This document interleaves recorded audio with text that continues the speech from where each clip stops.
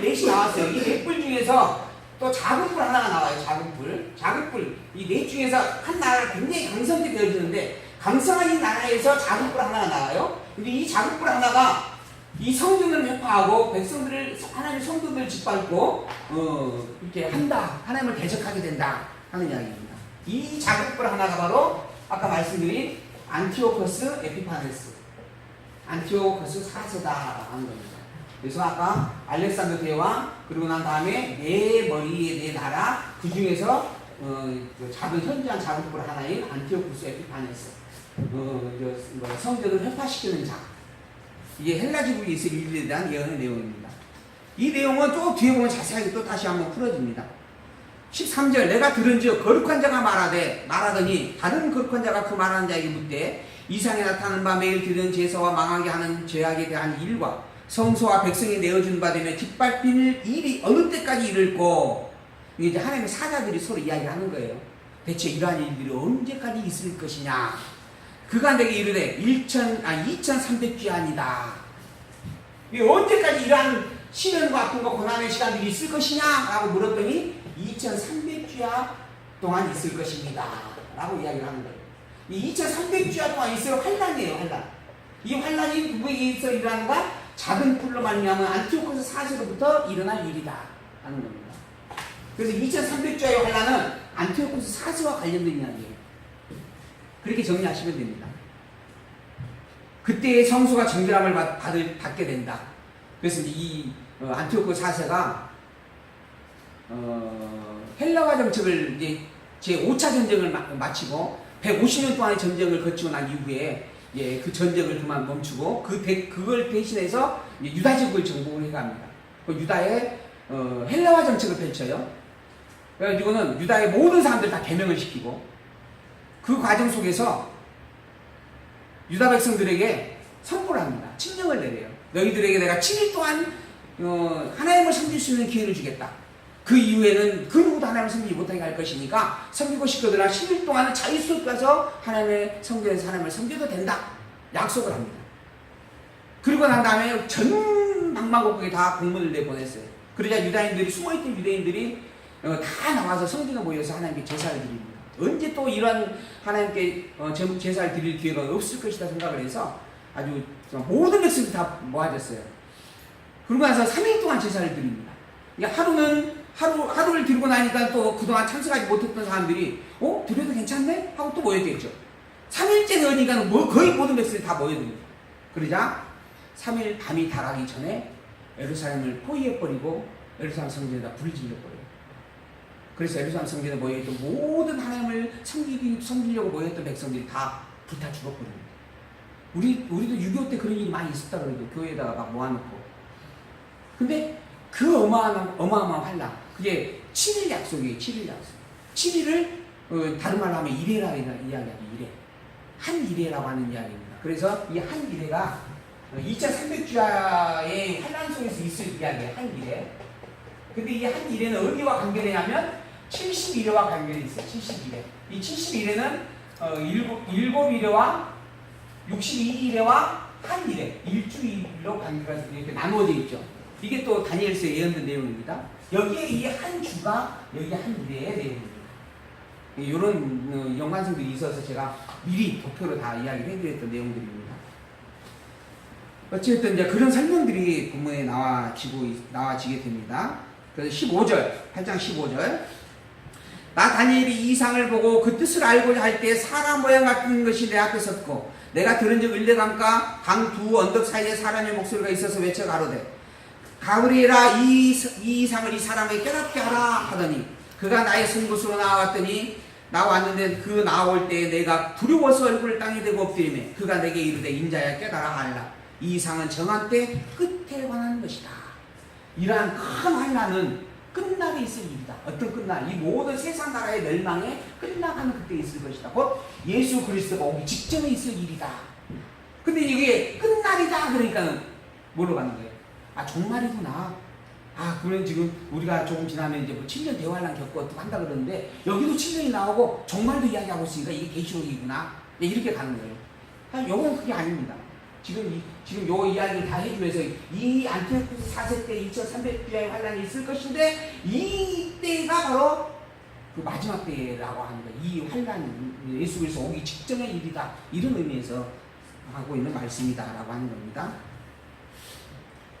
이게 우리가 참 같은 단어이지만은 그 단어의 참 뜻을 분별하는 것이 쉽지가 않습니다. 그래서 우리가 그 한 단어의 뜻을 알려면은 그 단어가 쓰여진 문장을 이해를 해야 돼요. 예를 들어서 배라고 하는 단어가 있는데 이 배가 사람이 타고 다니는 배인지 아니면 우리가 먹을 수 있는 배인지 그걸 어떻게 알아요? 문장을 봐야 아는 거죠. 길을 가다가 과일 파는 장사가 있는 걸 보고 그곳에서 파는 배가 너무 맛있어 보였다 할 때 이 배는 먹는 배를 가리키는 거고, 강가에 가서 그 강을 건너가려고 하는데 돛담배가 하나 있었다. 이때 이 배는 배를 타고 다니는 배를 말하는 거예요. 그러니까는 그 배라고 하는 한 단어만 가지고 있으면 이게 뭔 말인지 모르지만 그 말이 쓰여지는 내용들을 함께 살피면 그 말의 참 뜻이 분별된다는 거죠. 마찬가지 이 정말이라고 하는 말도 마찬가지입니다. 정말 그러면 끝을 가리키는 거구나 이렇게 이야기하지만 지금 이 본문에서 말하는 정말은 예수님 오기 직전에 있을 일이다. 예수님 이 일이 끝나면 예수님께서 오신다 이런 의미에서 말하는 거고, 요한계시록에서 하는 정말은 예수님께서 재림하시고 천지왕국을 이루실 때 정말을 가리키는 거예요. 그러니까 다른 겁니다. 이게. 그 다음에 9장에 있는 내용입니다. 9장에 있는 내용에 대한 부분을 이제 또 9장을 또 읽어봅니다. 메대 족속 아하수에르의 아들 다리오가 갈대아 나라 왕으로 세움을 입던 원년 곧 그 통치 원년에 나 다니엘이 서책으로 말미암아 여호와의 말씀이 선지자 에레미야에게 임하여 고하신 그 연수를 깨달았나니 곧 예루살렘의 황무함이 70년에 마치리라 하는 것이었다. 이 지금 다리오 왕이라고 하는 이 아하수에르의 아들 다리오 왕은 마지막 메대 왕 다리오예요. 이 메대 왕 다리오는 고레스 왕이 바벨론 왕으로 보낸 자입니다. 그러니까 고레스 왕이 바벨론 왕으로 보낼 때가 언제냐면 539년이에요. 그러니까 539년은 606년 바벨론 포로로 끌려가기 시작을 해가지고 70년이 다 지난 거예요. 그러니까 70년 포로가 끝날 때에, 그리고 이제 고레스의 칙령이 선포되기 바로 직전이에요. 그때 다니엘이 한 가지를 깨달았어요. 뭘 깨달았는가? 에레미야 선지자가 선포한 내용의 말씀을 그 말씀 뜻이 무엇인지 깨달은 거예요. 그러니까 다니엘이 끊임없이 계속 하나님의 말씀을 선지자들이 선포한 말씀들을 묵상했다는 이야기입니다. 그 과정 속에서 에레미야가 이런 이야기를 했었는데 이게 바로 이런 뜻이었구나. 지금 이게 70년 포로를 끝낸다는 이야기구나. 그게 에레미야 선지자가 이야기했던 내용이구나 라고 하는 것을 알았다는 그런 고백입니다. 끊임없이 다니엘도 그 이전 선지자들이 선포한 예언들, 말씀들을 계속 묵상하고 살폈다라는 거예요. 그래서 그런데도 그걸 제대로 못 깨달았어요. 그런데 때가 되어지고 그게 눈으로 이루어진 성취적 사건들을 눈으로 보게 되니까 이 말이 이런 뜻이었구나라고까지 알게 된다는 겁니다. 예수가 그리스도임을 우리가 어떻게 아는가? 구약의 약속된 예언들을 통해서 안다 그럽니다. 구약의 수많은 내용들이 예언이 돼요. 그 예언들 속에서 메시아가 이 땅에 와서 이룰 일들에 대한 이야기들이 다 담겨 있습니다. 아브라함과 다윗의 자손이 올 것이다. 그 다음에 기적과 이사를 행할 것이다. 그 다음에 어린 시절에 애국으로 도망친 피난 가는 일이 있을 것이고, 라마에 슬피 우는 애국의 소리가 있을 것이고, 이런 많은 이야기들이 있어요. 구약 성경에. 실제 그러한 일이 역사 속에 이루어졌는데 그 내용들은 다 예수 그리스도가 이 땅에 오셨을 때 일어난 일들에 대한 예언적 사건이었다라고 이야기합니다. 그런데 실제로 예수님이 오셔가지고 살아가는 과정 속에서 그러한 일들이 다 이루어져요. 그래서 예수가 그리스도가 틀림없구나 라고 이야기를 하는 겁니다.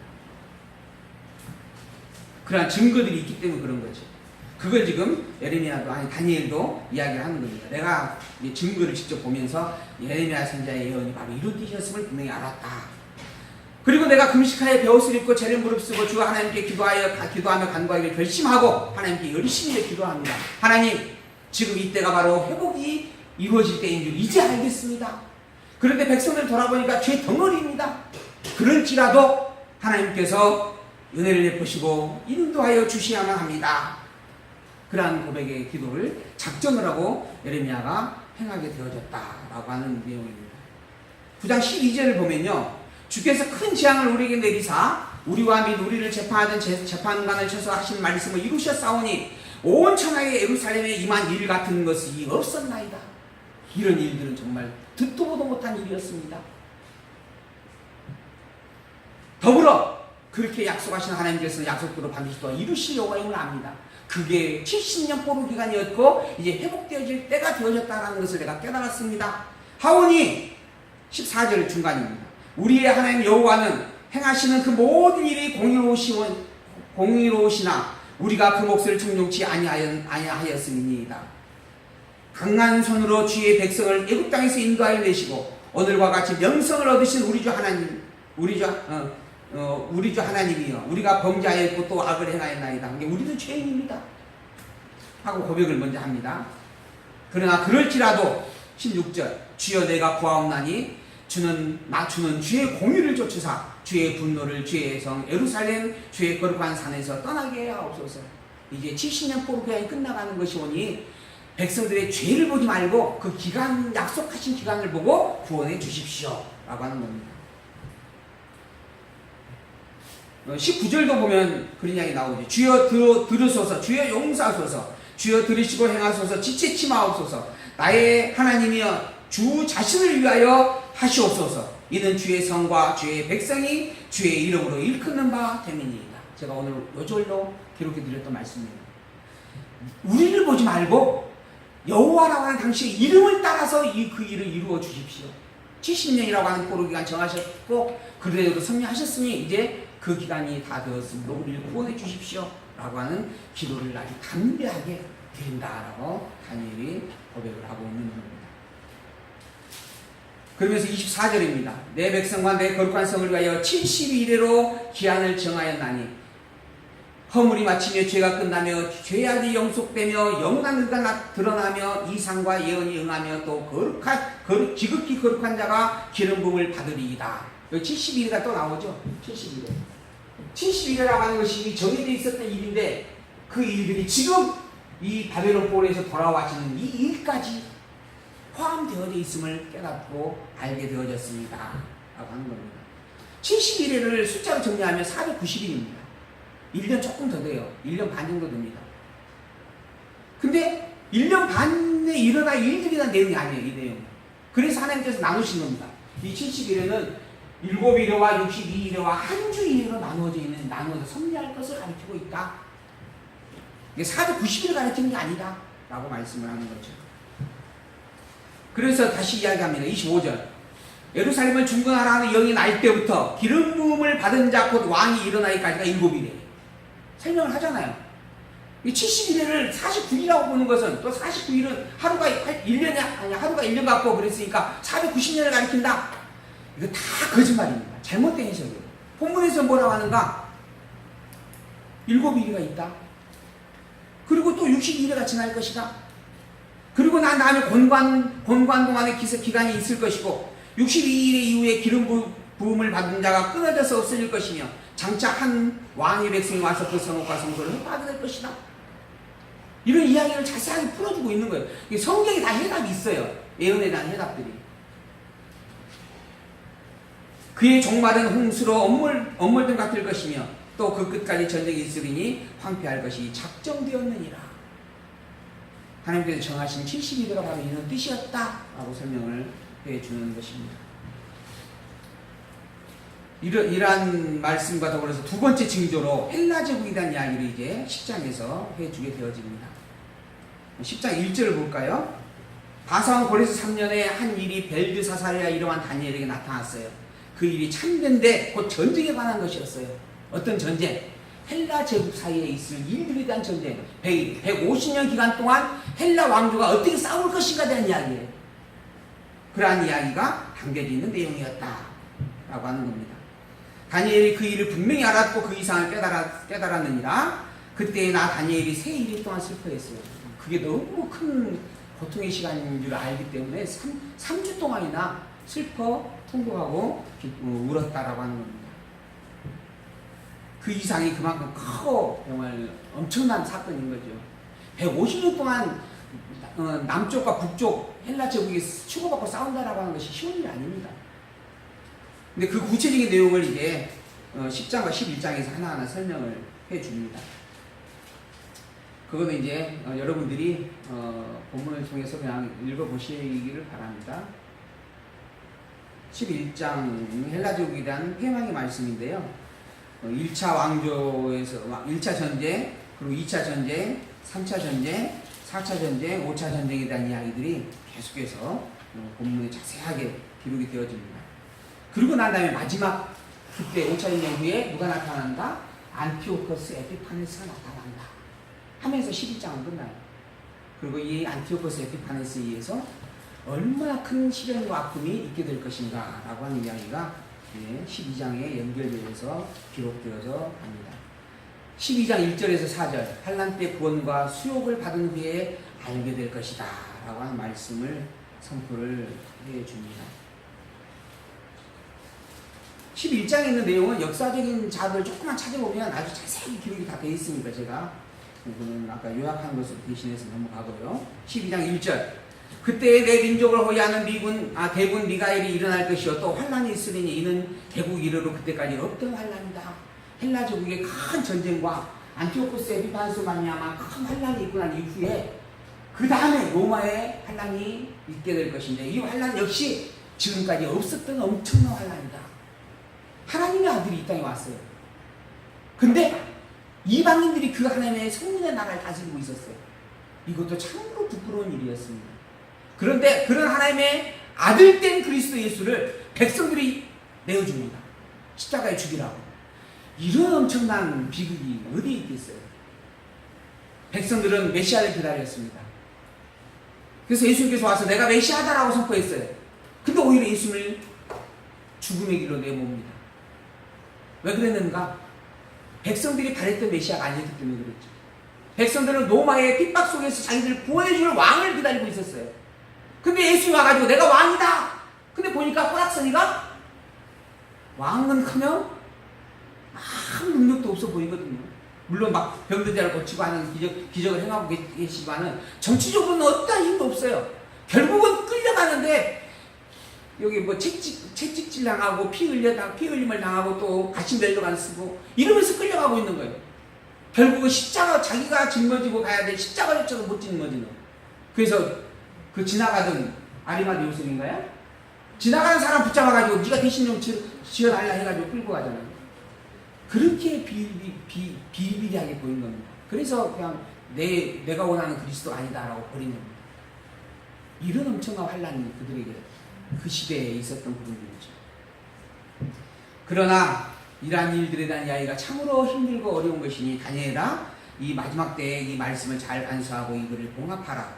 많은 사람이 빨리 왕래하며 지식이 되어질 것이다 라고 하면서 12장 4절에 위로의 말씀을 하나님께서 해주게 되어집니다. 그리고 나 다니엘이 본즉 5절 다른 두 사람이 있어서 하나는 강이편에 섰고 하나는 강저편에 섰고 세마포 옷을 입은 자가 또 있어요. 이 기사의 뜻이 어느 때까지 있냐라고 이야기를 합니다. 그러자 한때, 두때, 반때를 지나며 있을 일이다 라고 이야기를 합니다. 예수님께서 오시려면 한때, 두때, 반때를 지나야 된다라고 이야기를 하고 있는 거죠. 이 한때, 두때, 반때에 대한 이야기는 이 앞에도 이미 말씀을 드렸어요. 헤롯 대왕으로 말미암아 다스리는 때 그 제2의 헤롯이 나라를 다스리다가 쿠데타가 일어나가지고 도망을 갔다가 다시 로마에 힘입고 돌아와서 아주 더 강력한 통치를 행하게 되어지는 때, 두 번 통치를 이루는 때, 그게 두 때, 반 때는 그 뒤에 왕이 죽고 난 다음에 세 아들로 나라가 분봉왕을 나누어 주는데 그 빌립이라고 하는 헤롯이죠. 헤롯 2세가 이제 분봉왕이 되어져서 다스리는 나라. 그리고 예수님이 오셔가지고 십자가에 달릴 때 분봉왕으로 있던 그런 헤롯 왕, 그 왕의 시대, 그때를 반때라 칭한다.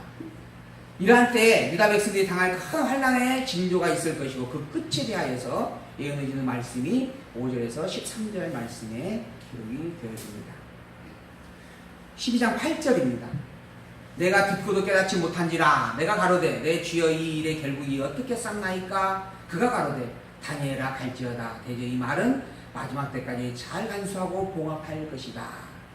많은 사람이 연단을 받아 스스로 정결케 하며 희귀할 것이나 악한 사람은 악을 행하리니 악한 자는 아무도 깨닫지 못하되 오직 지혜 있는 자는 깨달으리라. 매일 드리는 제사를 폐하며 멸망케 할 미운 물건을 세울 때부터 1290일을 지낼 것이요 기다려서 1350일까지 이르는 그 사람은 복이 있으리라.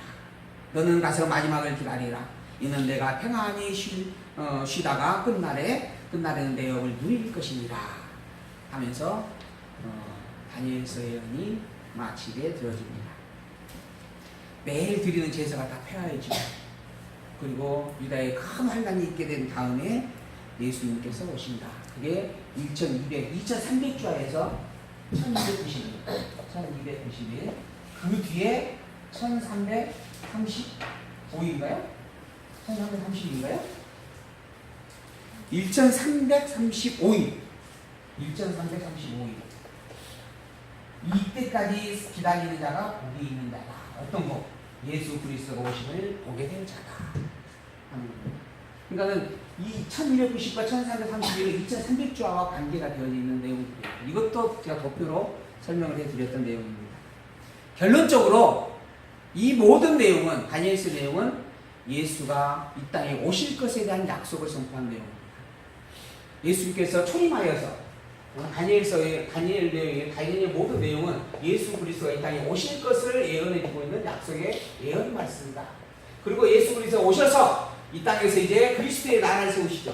이게 바로 교회입니다. 교회.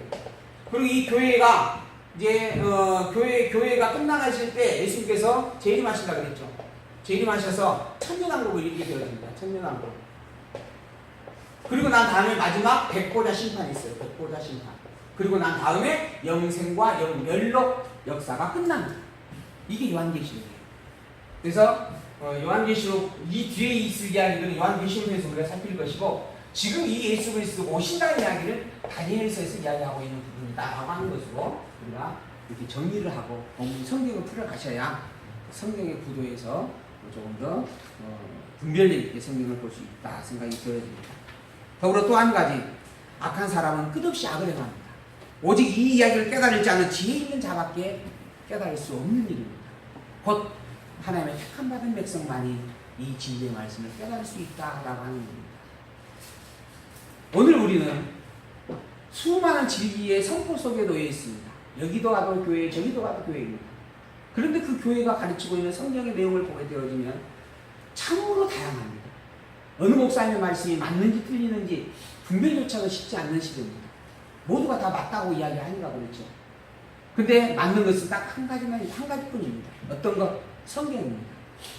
오늘 제가 이야기 드리는 내용들이 굉장히 많은 내용을 일부 이렇게 한 번에 다 보여드리는 부분은 성경의 부분마다 그 지명하고 있는 것에 대한 해석이 함께 담겨져 있기 때문에 함께 보시라고 보여드린 겁니다. 이게 단순히 여기 볼 수 있는 내용이 아니지만 아까 말씀드린 것처럼 600년이라고 하는 역사를 담고 있는 내용입니다. 그런데 그 내용을 요약해서 성경 자체가 그것이 무엇을 가리킨다라고 말하고 있다라고 하는 거예요. 이게 기준입니다. 이러한 성경의 해석을 기준에 놓고 성경이 가르쳐주는 말씀들을 알고 믿는 신앙, 이게 참 기독교 신앙이다라고 하는 것 다시 한번 강조를 드립니다. 내가 믿는 하나님이 아니라 하나님이 나에게 알려주신 그 하나님을 믿는 게 참 신앙이에요.